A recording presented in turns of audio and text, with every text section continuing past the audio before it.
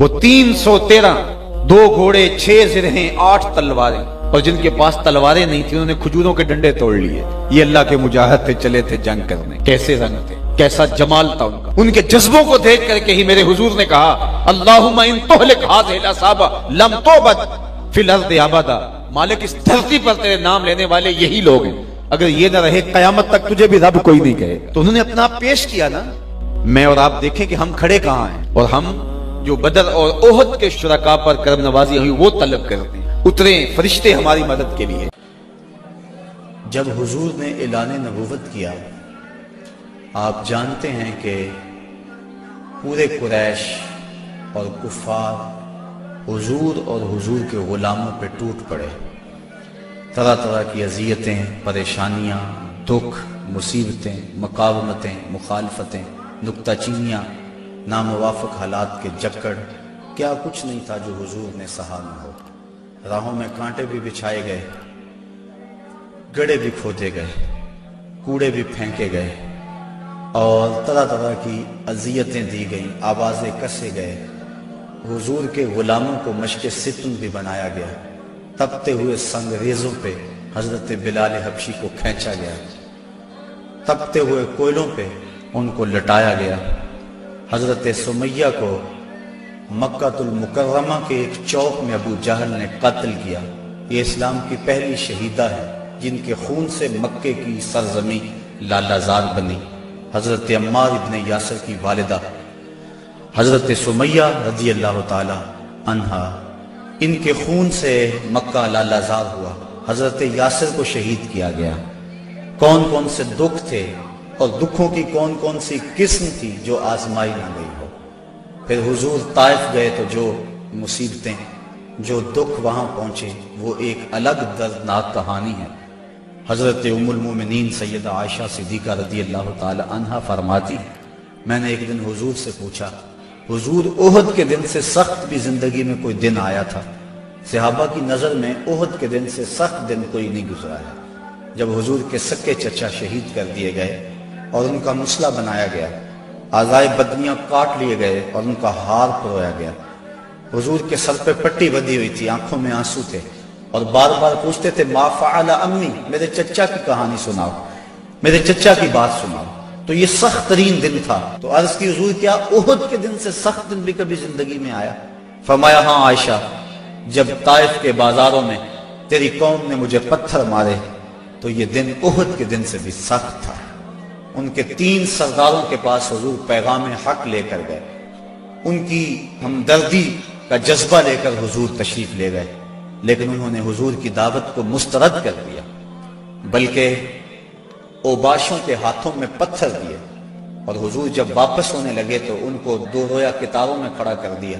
وہ حضور کے پاؤں پہ پتھر مارتے تھے، حضور پاؤں اٹھاتے تو وہ دوسرے پاؤں پہ پتھر مارتے۔ شدت درد اور احساس کرب سے جب حضور بیٹھ جاتے تو ان کے 2 گنڈے آگے بڑھتے، حضور کو کندھوں سے پکڑ کر اٹھاتے اور پھر پتھر مارتے۔ فرمایا عائشہ، یہ دن احد کے دن سے بھی سخت تھا جب طائف کے بازاروں میں تیری قوم نے مجھے پتھر مارے تھے۔ شاب ابی طالب میں جو 3 سال کاٹے، بھلا اس کو تاریخ کیسے بھول سکتی ہے؟ درختوں کے پتے کھا کھا کے گزر اوقات ہو رہی ہے، عورتوں کی چھاتیوں سے دودھ خشک ہو گئے۔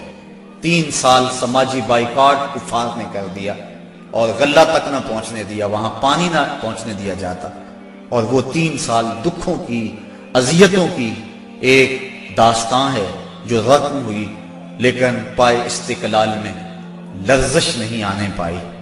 جن کے مقاصد جلیل ہوں، راستے کی سختیاں ان کے قدموں کو روک نہیں سکتی ہیں۔ تکلیفیں، اذیتیں، مقاومتیں، دکھ، رکاوٹیں ان کے راہوں کو ختم نہیں کر سکتی، اور ان کے اٹھنے والے قدم آگے ہی بڑھتے رہتے ہیں۔ وہ تو پیچھے مڑ کے دیکھنا بھی توہین جستجو سمجھتے ہیں۔ تو رہنورد شوق ہے منزل نہ کر قبول، لیلا بھی ہم نشیں ہو تو محمل نہ کر قبول۔ وہ تو آگے بڑھنا ہی زندگی کا حسن اور زندگی کا زیور سمجھتے ہیں۔ میرے اور آپ کے آقا و مولا صلی اللہ علیہ وآلہ وسلم نے سارے دکھ سہے، سارے غم جھولی میں ڈالے، ساری تکلیفیں سہی، زبان سے بد دعا بھی نہیں دی۔ طائف کے بازاروں میں جب یہ اذیت ناک مراحل سے گزرے اس وقت جو 7 صحابہ تھے انہوں نے عرض کی حضور ان کے لیے بد دعا بول دیں. فرمایا میں رحمت بن کے آیا ہوں, میں زحمت بن کر نہیں آیا. لیکن ان کا پہم جب اسرار ہوا تو حضور نے ہاتھ اٹھا دیے. صحابہ منتظر تھے, ابھی لب جنبش کریں گے اور ابھی آسمان سے پتھر برسیں گے, یہ 2 پہاڑ طائف کے آپس میں جڑ جائیں گے اور یہ درمیان میں پس جائیں گے. لیکن جب لب واہ ہوئے, کلمات کیا ترتیب پائے, اللہم اہد قومی فإنہم لا یعقلون.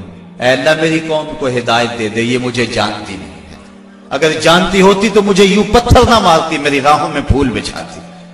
تو پتھر کھا کر دعائیں دینا یہ نبی کا ہی حوصلہ ہے. بلکہ دعا کرتے ہیں الہی کرم کر کو سارے طائف کے مکینوں پر, الہی پھول برسا دے ان پتھروں والی زمینوں پر. فرمایا مجھے ان سے نہیں ان کی نسلوں سے ایمان کی توقع ہے. تو آقا کریم اس انداز کے اندر جو ہے وہ لوگوں کو دعائیں دیتے رہے. حضرت عمر فاروق رضی اللہ تعالیٰ عنہ تلوار کے دستے پہ ہاتھ رکھتے ہیں, حضور ہم کمزور تو نہیں ہیں. فرمایا عمر ابھی جہاد کا حکم نہیں آیا ہے. پھر حکم ہجرت آ گیا, چھوڑ دو اس بستی کو, مکے والے قدردان نہیں ہیں, یہ لوگ آپ کی راہوں میں کانٹے بچھا رہے ہیں, دکھ دے رہے ہیں, میرے محبوب چھوڑ دو, مدینے والے تمہاری راہیں تک رہے. جاؤ جا کے انہیں اپنی زیارت کی دولت سے مالا مال کرو, وہ تمہارے پہ فدا ہونے کے لیے ہر لمحہ تیار ہیں. حضور جب گئے, اہل مدینہ نے جس انداز سے استقبال کیا وہ تاریخ کا روشن باب ہے. طالع البدر علینا کی صدائیں جس طرح گونجی, کہیں معصوم ننھی بچیاں تھی دف بجاتی تھی, رسول پاک کی جانب اشارے کر کے گاتی تھی اور کہتی کیا تھی, ہم ہیں بچیاں نجار کے عالی گھرانے کی, خوشی ہے آمنہ کے لال کے تشریف لانے. عجیب ماحول تھا, مدینہ چمک رہا تھا, ہر گھر میں خوشی تھی. ابو ایوب انصاری کا آنگن مہک رہا تھا, وہ خوشی سے گیت گا رہے تھے. امروز شاہ شاہاں مہمان شدست و مارا, جبریل با ملائک درباں شدست و مارا. لوگوں آج شاہوں کا شاہ ہمارے گھر کا مہمان بنا ہوا ہے, جبریل بھی فرشتوں کو لے کر آج ہمارے گھر کا پہرا دے رہا ہے. کیسا ماحول تھا. آقا کریم نے یہاں آ کے ریاست مدینہ کی طرح ڈالی اور یہاں ایک نظم قائم کیا, یہودیوں سے معاہدے کیے. کفار مکہ کو یہ سب کچھ ایک آنکھ نہ بھایا. ابو جہل نے عبداللہ ابن ابی کو خط لکھا کہ اہل مکہ جو ہمارے سے تمہارے پاس گئے ہیں ان سے لڑائی کرو, ورنہ ہم تم سے لڑائی کریں گے اور تمہاری بیویوں کو اپنی لونڈیاں بنا لیں گے. اس طرح اس مضمون کا ایک خط مسلمانوں کو بھی لکھا اور مختلف ان کے جتھے مسلمانوں کی چراگاہوں پہ حملہ کرتے رہے اور مسلمان بھی ان کا جواب دیتے رہے. عمر حضرمی کا قتل ایک اہم ایشو بنا اور اس کے بعد ابو سفیان کا قافلہ جو شام سے واپس آ رہا تھا, تو جب انہیں خطرہ لاحق ہوا تو اس نے زمزم غفاری ایک شخص کو سونا دے کر بھیجا کہ جاؤ جا کے تم اہل مکہ کو بتاؤ کہ تمہارا قافلہ خطرے میں ہے اور مدد کو پہنچو. یہ ادھر سے چل پڑا, ادھر حضور کی پھپھی حضرت عاتقہ سلام اللہ علیہا کو خواب آیا کہ ایک سوار اونچی پہاڑی پہ چڑھ کے کہہ رہا ہے کہ اے اہل غدر اپنی قتل گاہوں کو 3 دن کے اندر اندر دوڑو. تو اس کے بعد وہ اونٹ سوار کعبۃ اللہ کی چھت پہ آ گیا اور یہ آواز وہاں بھی لگا ہے. پھر جبل ابی قبیس پہ آ گیا اور وہاں اس نے یہ آواز لگائی, لوگ اکٹھے ہو گئے اور پھر ایک بہت بڑی چٹان پتھر کے اوپر سے گری اور ٹکڑے ٹکڑے ہو گئے. مکے کا کوئی گھر ایسا نہیں تھا جس میں اس کے کنکر اور اس کے ٹکڑے نہ گرے. تو حضرت عاتقہ جب بیدار ہوئی تو انہوں نے اپنے بھائی حضرت عباس بن عبد المطلب رضی اللہ تعالی عنہ کو یہ خواب سنایا. انہوں نے کسی اور کو خواب سنا دیا. چلتے چلتے یہ خواب ابو جہل تک پہنچ گیا. حضرت عباس بن عبد المطلب سین حرم میں طواف کے لیے گئے تو ابو جہل ایک ٹولی کی شکل میں بیٹھا ہوا تھا. کہنے لگا بل فضل, بنو ہاشم میں ایک نبی کافی نہیں تھا کہ ایک نبیہ نے بھی اعلان کر دیا. کہتے میں نے پوچھا کیا ماجرا ہوا, تو اس نے یہ خواب سنایا. میں نے ٹال مٹول کر دی, لیکن اس نے خوب پراپیگنڈا کیا, بلکہ کہا کہ اگر 3 دن تک کوئی ایسا واقعہ نہ ہوا تو ہم چمڑے کے اوپر لکھ کر کعبے کی دیوار سے لٹکا دیں گے کہ سب سے جھوٹا خاندان بنو ہاشم ہے. حضرت عباس رضی اللہ تعالیٰ عنہ فرماتے ہیں کہ میں جب گھر گیا تو مجھے عورتوں نے سخت کوسنے دیے کہ وہ بدبخت پہلے تمہارے مردوں پہ بات کرتا تھا, اب عورتوں پر بھی باتیں کرنے لگ گیا. کہتے میں غصے سے نکلا, میرا خیال تھا جب ملے گا اگر کوئی بات کرے گا تو پھر میں اس کو خوب جواب دوں گا۔ یوں ہی میں سین حرم میں داخل ہوا تو ابو جہل بھاگ رہا تھا۔ میں سمجھا کہ شاید میرے سے ڈر کے بھاگ گیا، لیکن ماجرا کچھ اور تھا۔ زمزم غفاری آ پہنچا تھا اور وہ ایک اونچے ٹیلے پہ کھڑا ہو گیا تھا۔ اس نے اپنے اونٹ کے کان کاٹ دیے تھے، ناک کاٹ دی اور اپنی قمیض پیچھے سے پھاڑ دی اور زور زور سے کہا اللتیمہ اللتیمہ اے ادرک اللتیمہ، اور تمہارا قافلہ لٹ گیا، تمہارا قافلہ لٹ گیا، الغوث الغوث، مدد کو پہنچو مدد کو پہنچو۔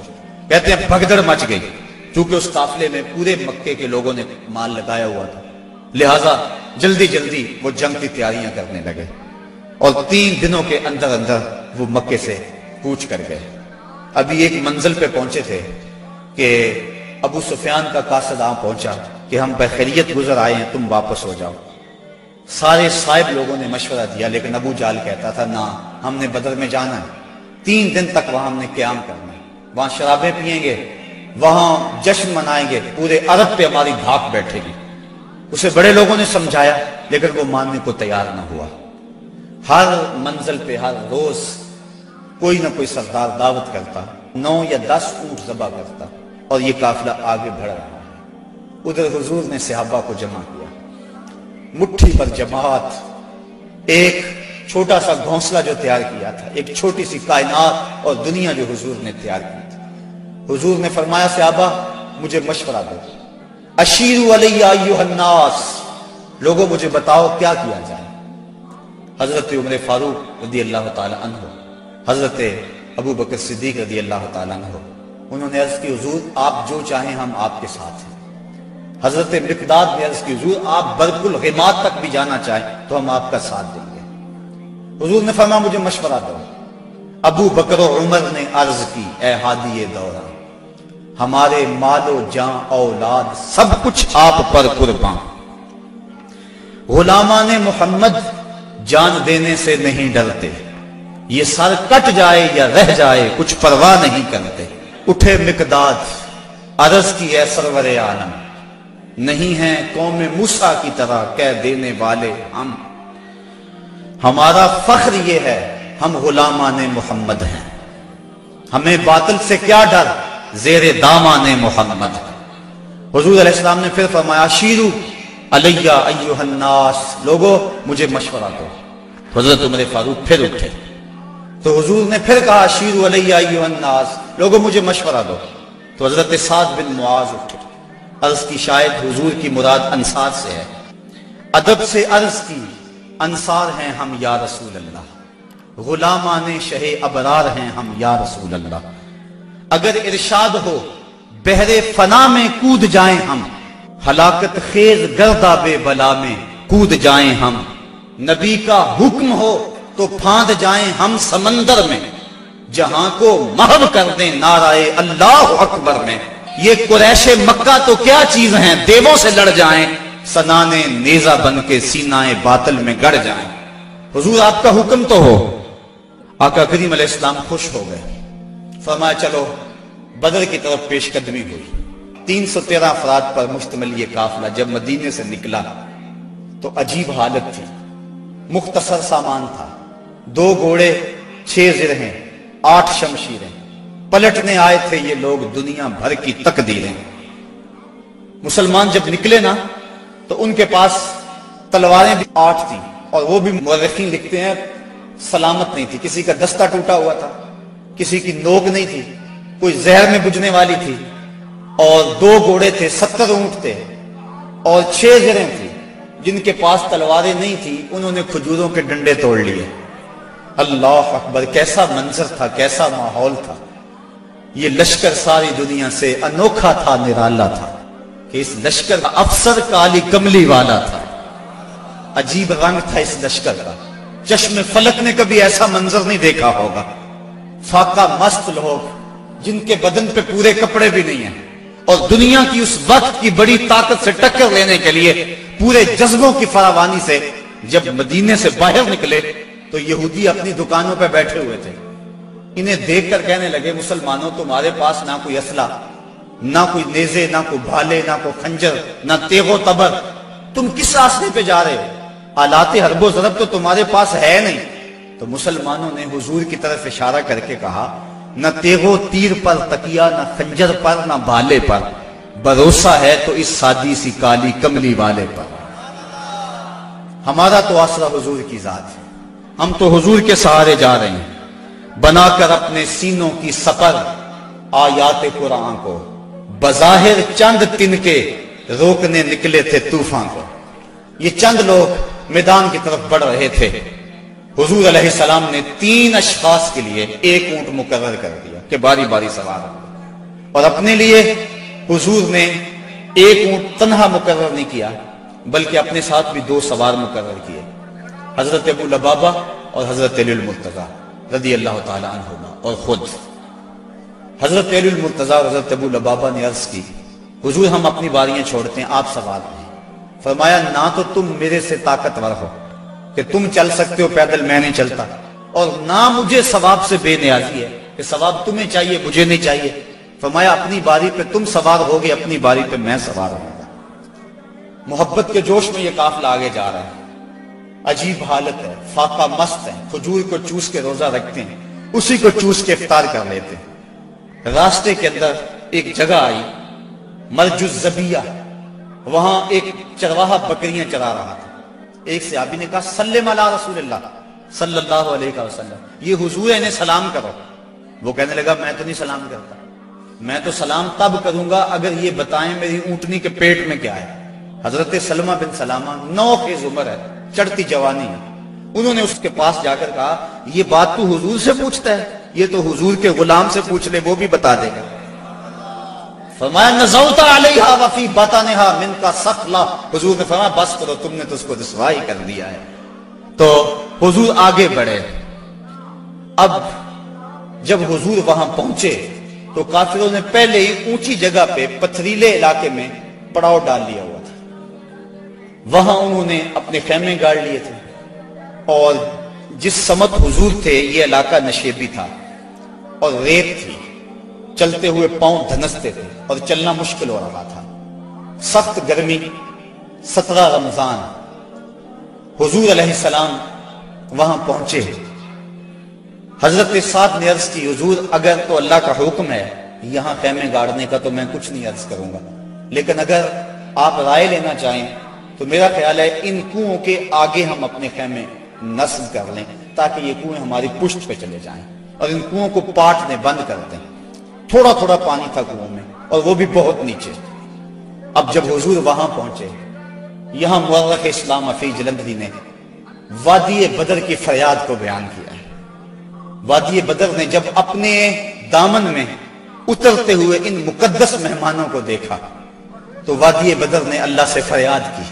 سنو بدر نے کیا کہا، الہی کیا خبر تھی، ایک دن ایسا بھی آئے گا کہ تیرا ساقی کوثر یہاں تشریف لائے گا۔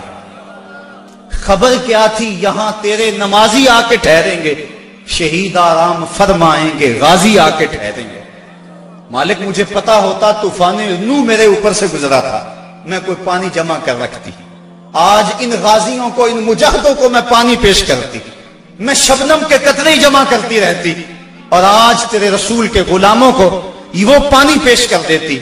مجھے کیا پتا کہ میرے بھی مقدر جاگیں گے، تیرا ساقی کوثر یہاں جلوہ گر ہوگا، تیرے محبوب کے پیارے قدم اس خاک پہ آئے، الہی حکم دے سورج کو اب آتش نہ برسائے، میرے مالک سورج کو کہہ دے اب یہ تو نہ آگ برسائے، تیرے محبوب کے قدم اس دھرتی پہ آگے ہیں، اور میرے دامن سے جب تیرے محبوب کے غلاموں کو ہوائے گرم آئے گی تو مجھ کو رحمت للعالمین سے شرم آئے گی، یا اللہ میری فریاد پوری کر لے۔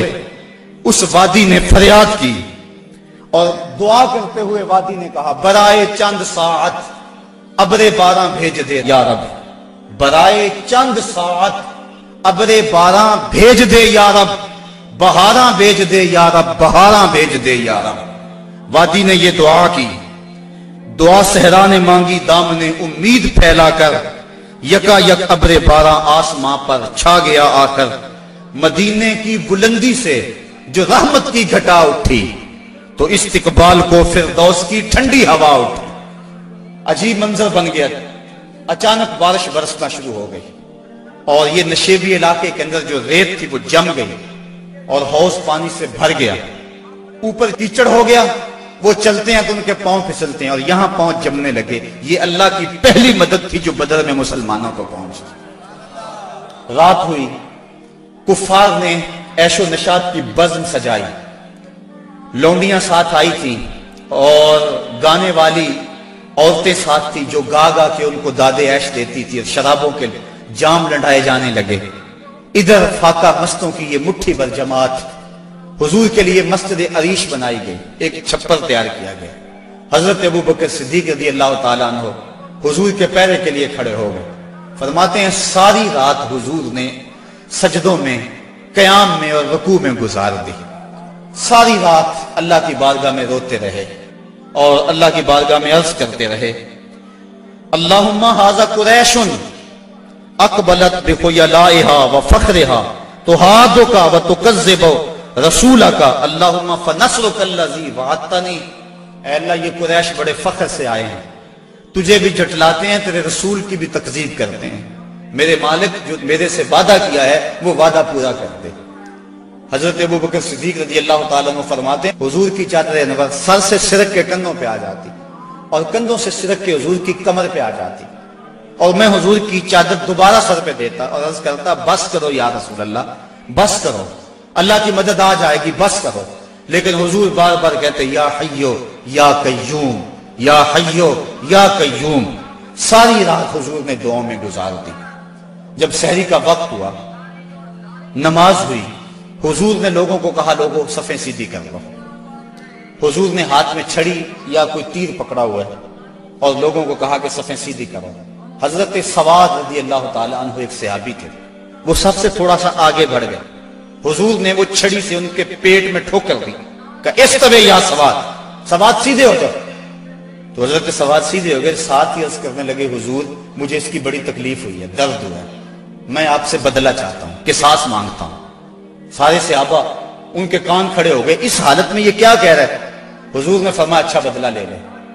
عرض کی حضور جب آپ نے مجھے چھڑی ماری تھی تو میرا پیٹ برہنہ تھا، حضور نے زرہ کے بند کھول دیے اور پیٹ ننگا کر دیا۔ حضرت سواد نے جب حضور کے چمکتے ہوئے بطن کو دیکھا فقبل بطنہ، تو چمٹ گئے اور حضور کے پیٹ کو چومنے لگے۔ حضور نے فرمایا سواد تجھے اس چیز پہ کس نے ابھارا؟ عرض کی حضور منظر آپ کے سامنے ہے، میں اس لیے یہ کام کیا ہے کہ آخری وقت میرا بطن آپ کے بطن سے چھو جائے۔ اللہ کے محبوب علیہ السلام نے صفوں کو سیدھا فرمایا اور پھر جا کے حضور نے سجدے میں سر رکھ دیا اور پھر حضور نے ایک ایسی دعا مانگی، آج تک ایسی دعا کسی نے نہیں مانگی ہوگی، بڑی ناز والی دعا، بڑی انداز والی دعا، ایسی دعا آج تک نہ کسی نے مانگی اور نہ کوئی مانگ سکتا ہے۔ حضور نے پیشانی سجدے میں رکھ دی، آنکھوں میں آنسو ہیں، یہ فاقہ مست لوگ کتاروں میں کھڑے ہیں، ادھر کفار شرابوں کے نشوں میں دھت للکار رہے ہیں، حل میں مبارزن، آؤ ہمارے مقابلے میں۔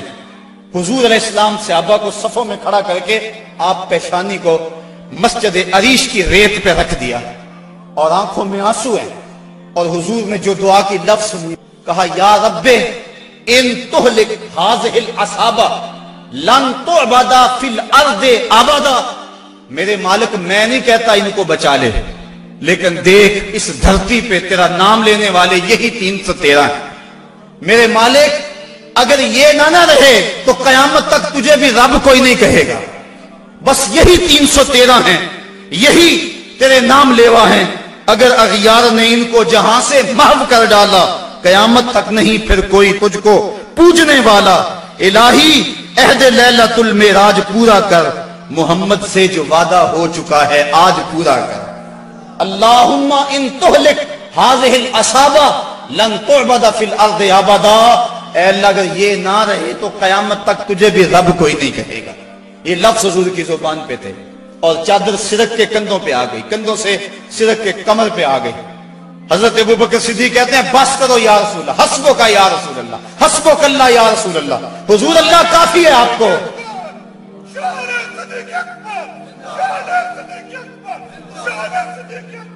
تو کہا حضور بس کرو بس کرو، اللہ کی مدد آ گئی۔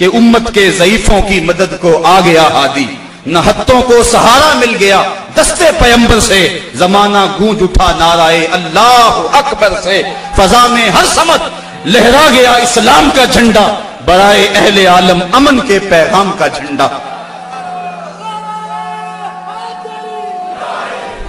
حضور مصلی سے اٹھ کر میدان میں آ گئے، فرماتے ہیں کہ میں نے دیکھا کہ کافروں پر سب سے بڑھ کر جو آگے حملہ کرتا تھا وہ اللہ کے رسول صلی اللہ علیہ وسلم۔ حضور بڑھ بڑھ کے حملہ کرتے تھے اور فرمایا قوموا الی الجنہ عرضها السماوات والارض، نکلو اس جنت کی طرف جس کی چوڑائی زمین و آسمان کے برابر ہے۔ حضور یہ پڑھتے جا رہے تھے قوموا الی الجنہ، بڑھو بڑھو جنت کی طرف۔ ایک صحابی تھے اللہ اکبر، وہ کہنے لگے بخن بخن یا رسول اللہ عرضها السماوات والارض، واہ واہ حضور کیا جنت کی چڑھائی زمین و آسمان کے برابر ہے؟ حضور فرمایا ہاں عرضها السماوات والارض۔ تو وہ کھجوریں کھا رہے تھے، انہوں نے کھجوریں پھینک دی، کہا پھر میرے اور جنت کے راستے میں یہ کھجوریں رکاوٹ بنی ہوئی ہیں، اور میدان میں کود گئے اور داد شجاعت دیتے ہوئے جام شہادت نوش کر لیا۔ پھر ابو جہل نے سوچا کہ یہ تو پانسا پلٹ گیا، تو اس نے کہا آواز دو لنا عزا ولا عزا لکم، ہمارے پاس عزا ہے تمہارے پاس عزا کوئی نہیں۔ تو حضور نے فرمایا تم بھی اونچی جگہ پہ چڑھ جاؤ، اپنے غلاموں کو فرمایا، اور جب وہ کہتے ہیں لنا عزا ولا عزا لکم، اور تم جواب کے اندر کہو اللہ مولانا ولا مولا لکم، اللہ ہمارا مولا ہے تمہارا مولا ہی کوئی نہیں ہے۔ فرمایا یہ آواز دو، اب یہ آواز دی جا رہی، کیسا منظر ہے بدر کا، اللہ اکبر، حق اور باطل ٹکرا رہے ہیں۔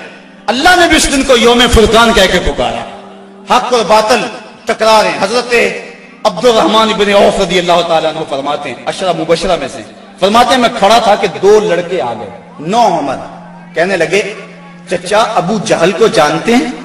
میں نے کہا بیٹا تم نے کیا کرنا ہے؟ کہنے لگے ہم نے قسم کھائی ہے یا مر جائیں گے یا ماریں گے، کیونکہ سنا ہے وہ حضور کو گالیاں دیتا ہے۔ میں نے کہا اس کے گرد تو بہت بڑا دستہ ہے ایک فوج کا۔ وہ کہنے لگے یہ دستہ اسرائیل کا راستہ نہیں روک سکتا۔ کہتے میں نے اشارہ کیا وہ ابو جہل ہے۔ کہتے ابھی میری انگلی اٹھی تھی، میں نے دیکھا شہبازوں کی طرح جھپٹ کے وہ ابو جہل کے اوپر ٹوٹ پڑے، لڑتے لڑتے ایک کا بازو کٹ گیا، لیکن اس کا چمڑا جو تھا وہ اڑا رہا، جس کی وجہ سے لڑتے لڑتے رکاوٹ ہوتی تھی۔ اس نے اپنے ہاتھ کو پاؤں تلے رکھ کے توڑ کے پھینک دیا۔ جو جہاد کے راستے کے اندر رکاوٹ بنتا ہے وہ اپنا بازو بھی ہو تو اس کو ہٹا دیں گے راستے سے۔ ابو جہل کی ٹانگیں کاٹی اور پھر دوڑے دوڑے حضور کے پاس آئے، ننھی ننھی تلواریں، چھوٹے چھوٹے بچے، معاذ اور محبس افرا کے بیٹے، یہ دونوں حضور کے پاس آئے اور کہنے لگے حضور، ایک نے کہا حضور ہم نے ابو جہل کو قتل کیا ہے، دوسرا کہنے لگا نہیں نہیں حضور میں نے قتل کیا۔ یہ آپس کے اندر میٹھی لڑائی لڑنے لگے۔ حضور فرمانے لگے تم نے تلواروں کو دھویا تو نہیں ابھی؟ کہا نہیں حضور۔ فرمایا لاؤ اپنی تلواریں۔ تو جب تلواریں لائی گئی تو دونوں کو خون لگا ہوا تھا۔ حضور نے فرمایا کلا کو ما قتلہ، تم دونوں نے مل کر اسے قتل کیا۔ تو یہ غزوہ جاری تھا اور کافر کٹ کٹ کے گر رہے تھے اور اللہ تعالیٰ نے اسلام کو فتح دی۔ 70 کافر مارے گئے، 70 کافر موقع پہ قتل ہو گئے، 70 افراد کو گرفتار کر لیا گیا، باقی دم دبا کے بھاگ گئے۔ اور سخت سراسیمگی کا عالم، نعرے تکبیر کے لگ رہے ہیں، صحابہ حضور کو دیکھتے ہیں اور میدان جنگ کے اندر کود پڑتے ہیں۔ آواز آتی ہے اقدم ہیزوم، ہیزوم آگے بڑھو۔ صحابہ نے عرض کی حضور یہ ہیزوم کون ہے؟ اور آواز دینے والا بھی نظر نہیں آتا۔ فرمایا یہ جبریل کی آواز ہے، اور ہیزوم جبریل کے گھوڑے کا نام ہے۔ وہ اپنے گھوڑے کو کہتا ہے تو بھی آگے ہو جا۔ شانہ بشانہ مسلمانوں کے جبریل بھی لڑ رہا تھا، وہ بھی جہاد میں تھا۔ اللہ اکبر۔ اللہ نے اسلام کی فتح کی، اسلام کو کامیابی دی۔ اللہ کے محبوب علیہ السلام نے اللہ کا شکر ادا کیا اور لڑتے لڑتے کئی مناظر آئے۔ حضرت عکاشہ کی تلوار ٹوٹ گئی تو وہ حضور کی خدمت میں حضور، حضور تلوار ٹوٹ گئی ہے تو حضور کے ہاتھ میں ایک ڈنڈا تھا، وہی اس کو دے دیا۔ فرمایا قاتل بہذا یا عکاشہ، عکاشہ اس کے ساتھ لڑو۔ کہتے ہیں جب یوں لہرایا تو وہ لوہے کی تلوار بن گئی اور ساری زندگی حضرت عکاشہ کے ساتھ وہ تلوار رہی۔ حضرت قتادہ کہتے ہیں کہ میرے یہاں تیر لگا آنکھ کے قریب اور آنکھ کا ڈیلا باہر آ گیا۔ میں حضور کی خدمت میں حاضر ہوا، حضور نے اپنا لعاب لگایا اور جہاں وہ ڈیلا تھا وہیں رکھ دیا۔ وَقَانَ لَا يَدْرِي أَيُّ عَيْنَيْهِ أُصِيبَتْ، حضرت قتادہ کو پتہ نہیں چلتا تھا کہ آنکھ خراب کون سی ہوئی تھی، یعنی دونوں کی روشنی ایک جیسی تھی اور کوئی نشان بھی باقی نہیں رہا تھا۔ یہ حضور کے لعاب کی برکتیں تھیں۔ اللہ نے اسلام کو فتح دے دی. حضور علیہ السلام 3 دن وہاں قیام فرمایا. قیام فرمانے کے بعد حضور وہاں چلے. راستے میں ایک جگہ پہ حضور نے پڑاؤ کیا تو جبریل آ گئے اور جبریل نے کہا رضیتا یا رسول اللہ, حضور آپ راضی ہوئے ہیں کہ نہیں ہوئے ہیں؟ حضور نے فرمایا میں راضی ہو گیا ہوں. کہا مجھے اللہ نے کہا ہے کہ میرے محبوب سے پوچھ کر آنا ہے, اگر اجازت دے تو آنا ہے, تو میں اجازت چاہتا ہوں. حضور فرمایا چلے جاؤ. حضور نے حضرت عبداللہ بن رواحہ اور حضرت زید بن حارثہ رضی اللہ تعالی عنہما کو کہا تم ذرا آگے چلے جاؤ اور اہل مدینہ کو خبر دو کہ اللہ نے اسلام کی فتح عطا فرمائی.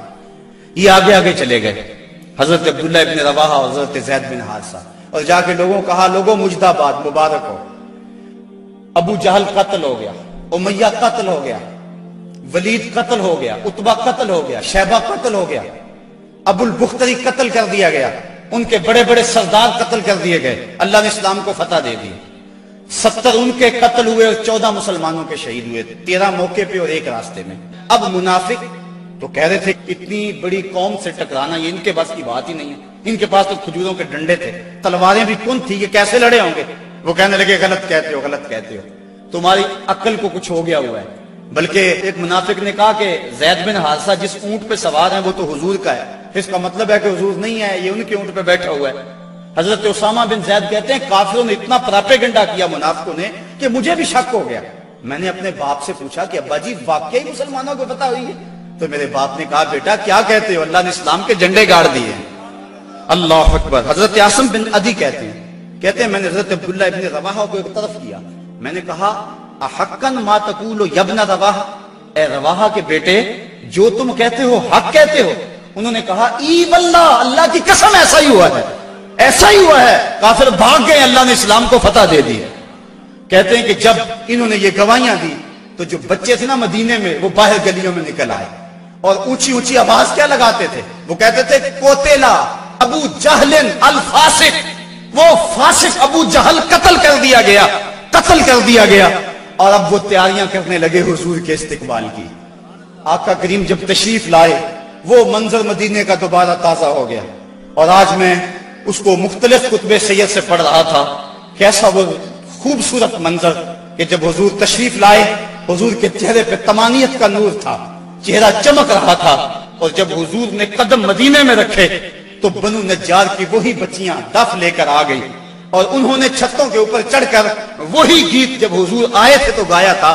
آج پھر ان کی زبان پہ ہے طلع البدر علینا من ثنیۃ الوداع وجب الشکر علینا ما دعا للہ دائی, کہ وہ دیکھو چاند طلوع ہو گیا وداع کی پہاڑیوں سے, وہ دیکھو چاند چڑھ گیا ہے. اور حضور یوں تشریف لائے مدینہ کے اندر, اللہ نے اسلام کی عظمت کے جھنڈے گاڑ دیے.